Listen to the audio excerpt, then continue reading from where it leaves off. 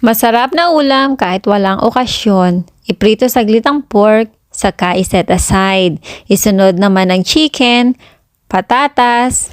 Maglagay din tayo ng bell pepper. 3 kulay ang ginamit ko para mas maganda tingnan. At syempre, samahan din natin ng mushroom. After ma-set aside, maggisa naman tayo ng sibuyas. Gisa natin saglit, saka natin isunod yung bawang. Para mas masarap. Kapag okay na, i-add naman natin yung karne na niluto natin kanina. Haluin saglit, lagyan ng paminta para mas sumarap. Pero choice nyo naman kung gusto nyo lagyan ng paminta o hindi.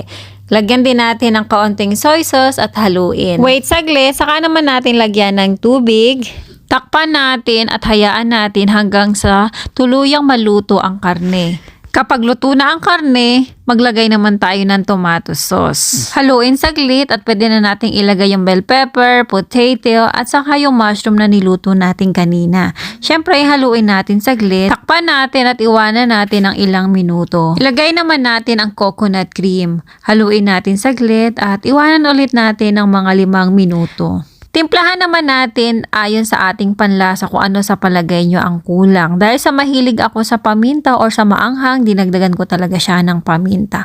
Kayo na ang bahalang magdagdag kung ano sa palagay nyo ay kulang, kung kulang ng alat o hindi. Wait na lang natin ng 2 minuto pa at ready na ang ating masarap na pangulam. Sana nagustuhan nyo ang video kong ito.